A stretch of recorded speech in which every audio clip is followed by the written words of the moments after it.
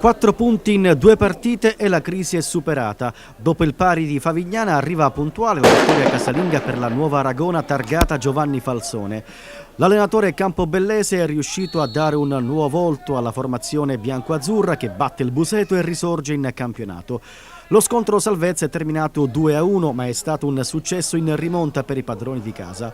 Nel primo tempo è l'Aragona a fare la partita, ma senza trovare il varco giusto per battere a rete. Ospiti chiusi a riccio in difesa e mai pericolosi dalle parti di Graziano Tilaro.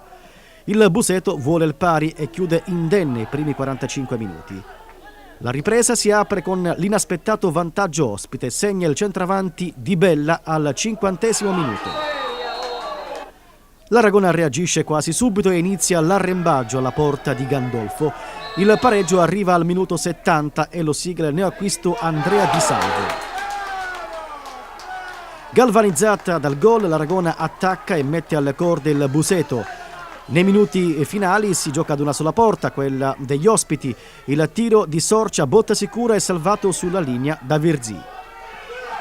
Poi, 60 secondi prima del 90°, il ravanusano Loggia gonfia la rete di Gandolfo e fa impazzire di gioia i tifosi dell'Aragona. Le interviste del dopogara di Giusy Terrasi. Cosa si prova a vincere una partita così proprio alla fine del secondo tempo? Beh, questa non è la prima che vinco alla fine, nemmeno che la perdo alla fine.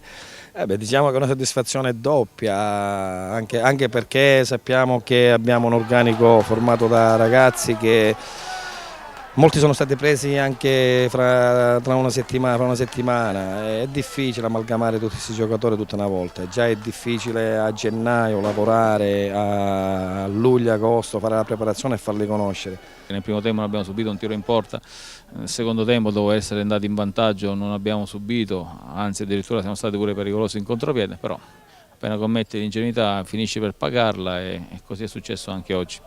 Credo comunque il risultato di parità fosse quello più giusto, ma l'Aragona ha avuto il merito di crederci fino al 90° e quindi un po' per loro, peggio per noi. Da parte nostra è stata un'ottima partita, secondo me. Erano chiusi in difesa loro, cioè volevano il pareggio, noi abbiamo cercato la vittoria e l'abbiamo trovata. Questa prova che ci aspettava, perché dopo aver rinnovato tutta la squadra, ormai diciamo che siamo nella condizione di poter svolgere un discorso nuovo.